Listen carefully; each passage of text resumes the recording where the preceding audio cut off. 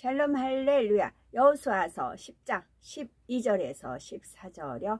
여호와께서 아모리 사람을 이스라엘 자손에게 넘겨주시던 날에 여호수아가 여호와께 아뢰어 이스라엘의 목전에서 이르되 태양아 너는 기브온 위에 머무르라. 달아 너도 야알론 골짜기에서 그리할지어다 하매 태양이 머물고 달이 멈추기를 백성이 그 대적에게 원수를 갚기까지 하였느니라. 야샬의 책에 태양이 중천에 머물러서 거의 종일토록 속히 내려가지 아니하였다고 기록되지 아니하였느냐. 여호와께서 사람의 목소리를 들으신 이 같은 날은 전에도 없었고 후에도 없었나니 이는 여호와께서 이스라엘을 위하여 싸우셨음이니라. 아멘. 적과 꿀이 흐르는 땅에서 우리가 하나님의 일을 이루기 전에 하나님의 뜻을 분별하는 것이 얼마나 중요하며 하나님께서는 그 뜻 가운데 행하는 사람에게 어떠한 역사로 함께 해 주시는지 살펴봅니다.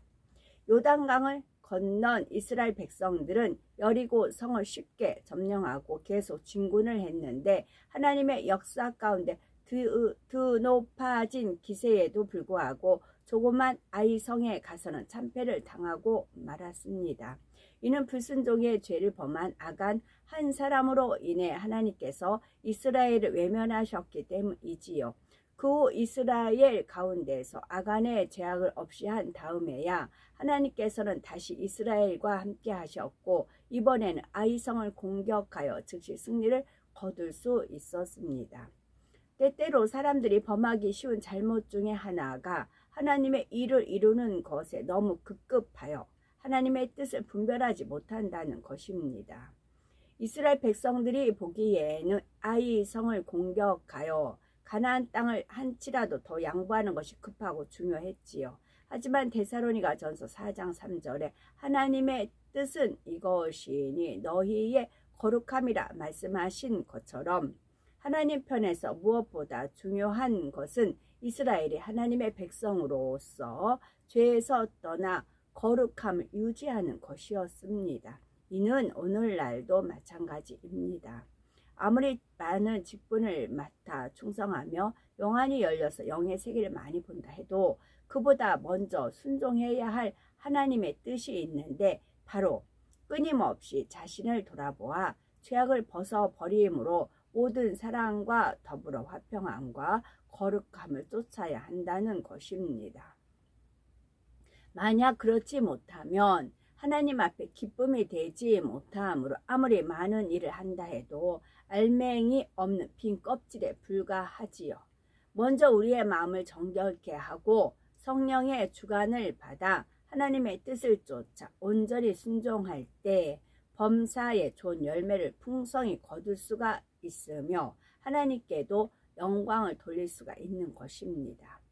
하나님의 도우심으로 아이성을 점령한 다음 에발산과 그리심산에서 모세의 명령대로 하나님의 율법을 선포한 이스라엘 백성들은 길갈에 진을 치고 다음 전쟁을 준비하고 있었습니다.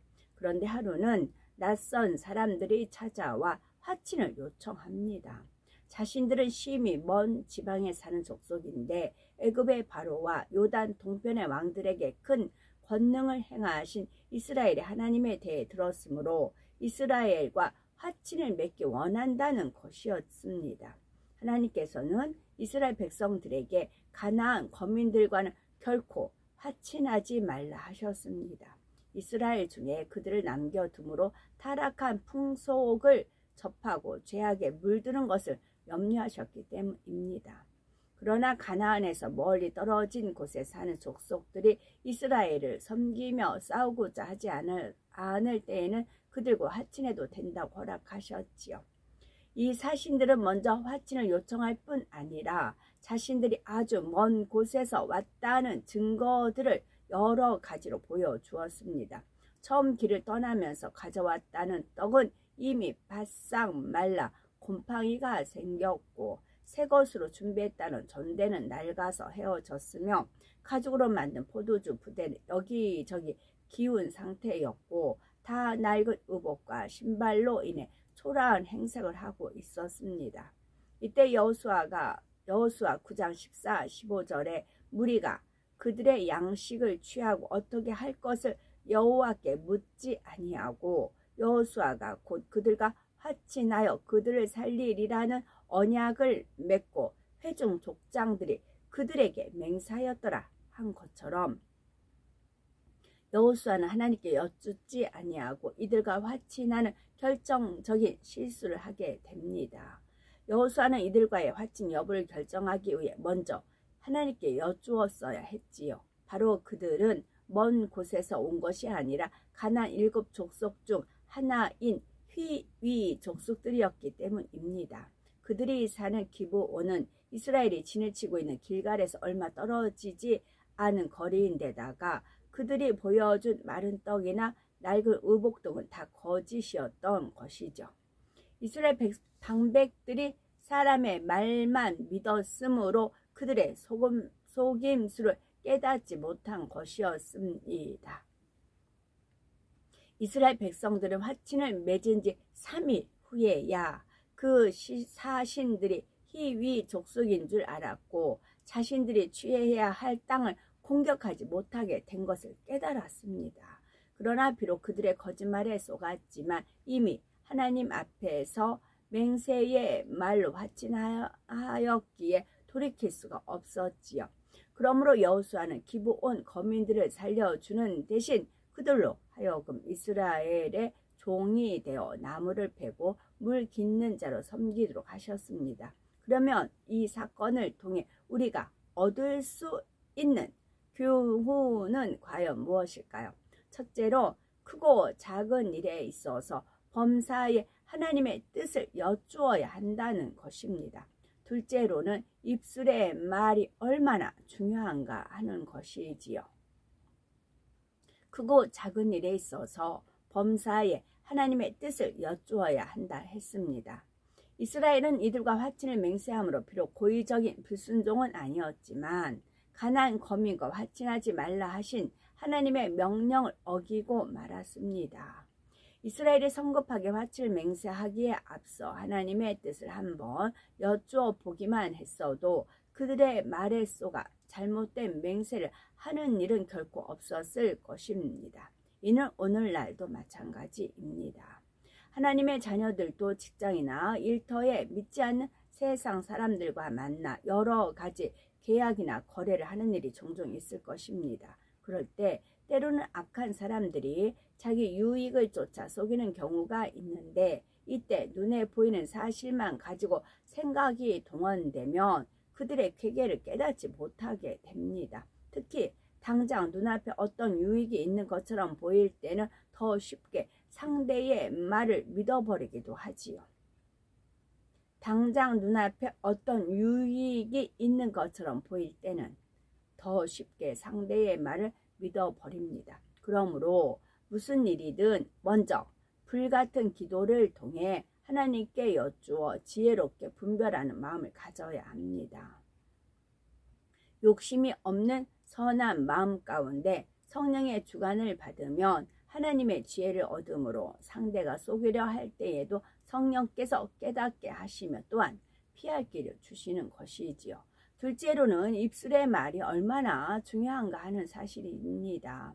여호수아가 죽고 오랜 세월이 지난 후 다윗 시대에 이 기브온 사람의 일로 인하여 이스라엘에 연달아 3년 동안이나 기근이 드는 재앙이 임한 일이 있었습니다. 그 까닭을 하나님께 여쭈었더니 바로 이스라엘이 기브온 사람에게 한 맹세를 어겼기 때문이라는 것이었습니다.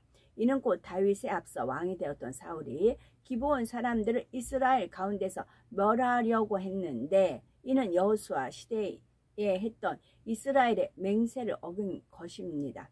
바로 그 보응이 다윗 시대에 와서 기근의 재앙으로 나타났는데 기브온 사람들의 요청대로 사울의 후손 7을 죽이니 그제야 기근이 그쳤던 것을 볼 수가 있습니다. 이처럼 입술의 말에 대해서는 더구나 하나님 앞에서 맹세한 말에 대해서는 어떤 형태로든 반드시 책임을 져야 한다는 사실입니다. 사사기 11장에 보면 입술의 말로 인하여 큰 고통을 자초한 사람이 나오는데 바로 이스라엘의 사사였던 입다입니다. 그는 암몬 자손과의 싸움을 시작하면서 서원하기를 하나님께서 그 싸움에 승리를 주시며 집에 돌아갈 때 처음 자신을 영접하는 사람을 하나님께 번제로 드리겠다 합니다. 그런데 승리한 입다가 집에 돌아왔을 때 가장 먼저 그를 영접한 사람은 다름 아닌 자신의 무남 동료 외동딸이었지요. 입다를 처음으로 맞이한 사람이 그의 외동딸 아니라 해도 입다의 서원대로 죽기를 기뻐할 사람은 없습니다. 그는 자신의 목적을 위해 다른 사람의 생명을 거는 경솔한 서원을 함으로 심히 고통스러운 결과를 감당해야 했지요. 만약 그가 서원을 어기고 딸을 바치지 않았다면 입다는 자신의 말을 지키지 않은 것에 대해 원수 마귀 사단의 송사를 받음으로 딸을 잃는 것보다 더 큰 어려움에 처할 수도 있었을 것입니다.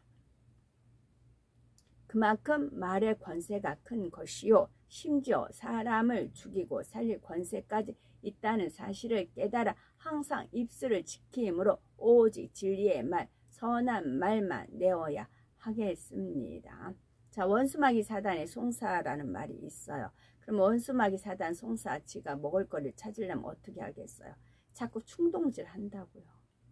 특히 유괴 사람들은 이제 그들의 사주를 자꾸 충동질을 시켜요. 그래가지고 악한 말 내뱉게 하는 거죠. 악한 말을 누구한테 내뱉을까요? 선한 사람, 악한 사람 자기보다 악한 사람한테 안 대들어요. 자기 밑에 비굴하죠. 비겁하죠. 자기가 만만하게 보이고 착하고 뭐하고 꼴값, 그러니까 악을 행한 자는 빛을 미워하여 빛으로 나오지 않지요. 그 빛에 있는 사람들을 자기 악한 말을 내뱉는 거죠. 근데 빛에 있는 사람은 그 말이 받기가 너무 힘겨운 거죠. 그래서 하나님은 해요 방패시다 라는 말씀이라 하나님 품에 안기고 하나님을 의지하면 하나님께서 지켜주시는 것입니다. 이런 거 이제 싸움을 하다 보면 공식이 딱 깨어지더라고요. 이제 워낙 그런 상황에서 그래서 하나님 말씀으로 접목시키고 내가 뭘 잘못했는가, 내가 잘못이 없으면 원수마귀 사단에 송사거리가 없다. 그러면서 이게 하나의 공식이더라고요. 공식이 착착착착 연결이 되더라고요. 이제 공식이 이제 삶 속에서 외워졌죠. 달달달해졌죠. 그러니까 이제 와라 그렇게 됐지요. 그렇게 해서 37세 하나님을 만난 은혜를 입었지요. 은총을 입었지요. 이스라엘과 화친을 맺은 기브온은 왕도와 같이 크고 그 용사들도 강한 성읍이었습니다.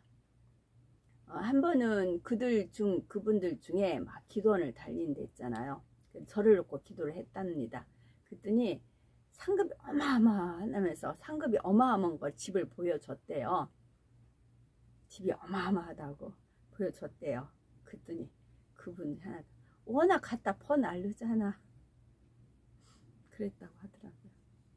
워낙 갖다 퍼날르잖아. 그렇게 나왔어요.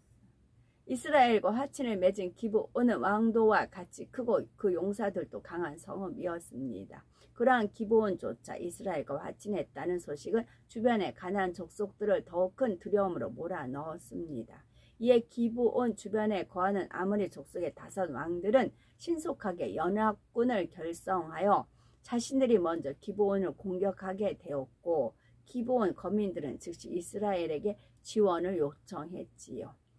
기브온의 구조 요청을 들은 이스라엘은 한밤 동안 신속히 이동하여 기습적으로 아모리 왕들을 공격했습니다. 기습 공격을 받은 아모리 족속의 연합군은 금세 이스라엘 군대에 패하여 도망하기 시작했고 이스라엘은 그들을 추격해 갔지요. 하나님께서는 그들을 다 진멸하라 하셨으므로 패잔 병들이 달아나게 해서는 안 되는 것입니다. 이때 하나님께서는 이스라엘 백성들이 기브온에서부터 벳호론의 골짜기를 따라 도망하는 아모리 족속을 쫓아갈 때 갑자기 하늘에서 우박을 떨어지게 하셨는데 칼보다 그 우박에 죽은 자가 더 많았지요. 이것만으로도 놀라운 일이지만 이스라엘은 아직 하나님의 놀라운 역사에 감탄만 하고 있을 상황은 아닙니다. 날이 어두워지면 달아나던 적군들이 숨기가 쉬워지므로 서둘러 싸움을 마쳐야 했던 것이지요. 그러나 많은 적군을 진멸하는 데에는 시간이 걸렸고 벌써 하늘 동편으로는 달이 보이기 시작하므로 여호수아는 하나님의 명령을 온전히 수행하기 위해 놀라운 믿음을 내보입니다. 곧 태양아 너는 기브온 위에 머무르라. 달아 너도 야얄론 골짜기에 그리할지어다 명했던 것입니다. 여호수아는 만물을 주관하시는 하나님을 의지하므로 해와 달에게도 담대히 명할 수가 있었고 하나님께서는 능히 그 말을 보장해 주셨습니다. 미국 인디애나 주에 제가 이 말씀을 읽으니까 이제 주님 나는 내가 알아서 해를 머물고 빛을 발하고 알아서 해주신다고요. 굳이 제가 이렇고 저렇고 할 줄도 모르고 주님께서 알아서 기사 표적 펼쳐주신다 하는 말씀이세요. 미국 인디애나 주의 이브닝 월드지는 오래전에 흥미로운 기사를 실은 적이 있었는데 과학자들이 인공위성 발사를 위해 10만 년 전부터 태양과 달의 궤도 진행을 조사하던 중, 자 보세요. 우리는 지금 이 땅에 머물면서 천국의 소망을 두고 삽니다. 천국에 이제 저 같은 경우는 매우 구체적이에요. 주님께서 이제 일러주시고 그러기 때문에 매우 구체적입니다. 그러니까 이제 예를 들면 핑크빛하고 연하늘, 그걸 어제도 다시 한번 찾아서 이제 어제 많은 분들이 볼 수 있는 그런 계기가 있었어요. 하나님께서 역사하셨어요. 그래서 이제 올리면서 순간을 이렇게 왕관으로 보이는 겁니다. 위에가 또 이렇게 떠서 왕관 같아요. 그랬더니 그렇다고 이런 왕관도 있다고 너무 아름다울 것 같죠. 그렇게 하시더라고요. 그러면 천국에 가면 이 땅에서 우리가 천국의 소망을 품고 삽니다. 천국에 갔어요. 그러면 이 땅의 삶을 추억을 합니다. 우리가 천국에 살 거를 소망을 하죠. 천국에 가면 이 땅에 살았던 일을 추억해서 주님한테 얘기를 합니다. 주님 만찬석에 있을 거 아니에요. 주님이 초대하든가 아브라함이 초대하든가 다 그래요. 그러면 우리가 이제 남자분들은 뭐 군 시절 얘기를 하고 여자분들은 아기 낳았을 때 얘기하고 다 각자 그런 얘기들이 있지요. 잊지 않고 우리가 다 기억을 하지요. 마찬가지로 천국에 가면 늘 천국에서는 삶이 펼쳐져 있으니까 굳이 그거는 이제 일어난 일이고 과거지사를 얘기한다는 거죠. 이 땅에 있었던 일을 이야기한다는 거죠. 이럴 때 이랬고 이럴 때 이랬고 그래서 우리 하루하루 삶이 귀하고 소중하다고요. 근데 육으로 된 건 없어집니다. 육은 없어져 영으로 일군 거, 하나님께서 인정하시는 영으로 일군 거는 이루어진다는 거죠. 그러니까 저 같은 경우는 이제 뭐 해를 찍으면서 주님이 했던 이야기라든가 어제도 진짜 계속 비가 와서 어두컴컴했죠 하늘이. 그래서 하이나 볼까 해서 이제 슈퍼 가면서 봤어. 그랬더니 딱 이 끝에요. 이제 열리기 시작을 하는 겁니다. 집에 다 도착할 때는 너무너무 일단 한번 열리기 시작하면 일단 한번 딱 열리기 시작하면 쫙 열려버리거든요. 근데 뭐 우리 집 주변은 뭐 찍을 수가 없어요. 공간이 너무 어수선해가지고 너무 안타깝더라고요. 그래서 이 땅 하루하루 삶이 소중하다고요. 이거를 추억거리로 삼아서 주님 앞에 고백할 수 있는 하루하루의 삶, 그런 삶이었을 때 은혜가 되는 거죠. 아멘. 미국 인디애나 주의 이브닝 월드지는 오래전에 흥미로운 기사를 실은 적이 있었는데 과학자들이 인공위성 발사를 위해 10만 년 전부터 태양과 달의 궤도 진행을 조사하던 중 여호수아 시대에 거의 하루가 가까운 시간 동안 궤도가 정지했던 사실을 발견했다는 겁니다. 상식적으로 해와 달이 멈춘다는 것은 있을 수 없는 일이지만 전능하신 하나님의 능력으로는 불가능이 없는 것입니다. 하나님의 섭리를 이루기 위해 필요한 시점에 하나님의 자녀들이 영적인 믿음을 내보이기만 한다면 해와 달을 멈추는 것 이상의 놀라운 역사라도 하나님께서는 능히 나타내 주실 수 있기 때문이지요.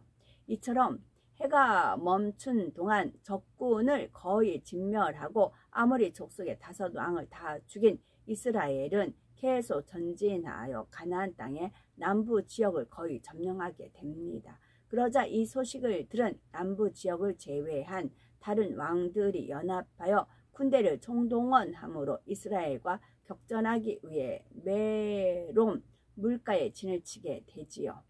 우리는 말씀을 통해 우리 모두가 기도와 말씀으로 무장하여 부지런히 신부단장으로서 믿음의 영적 장수로 나와야 된다는 말씀이지요. 아멘.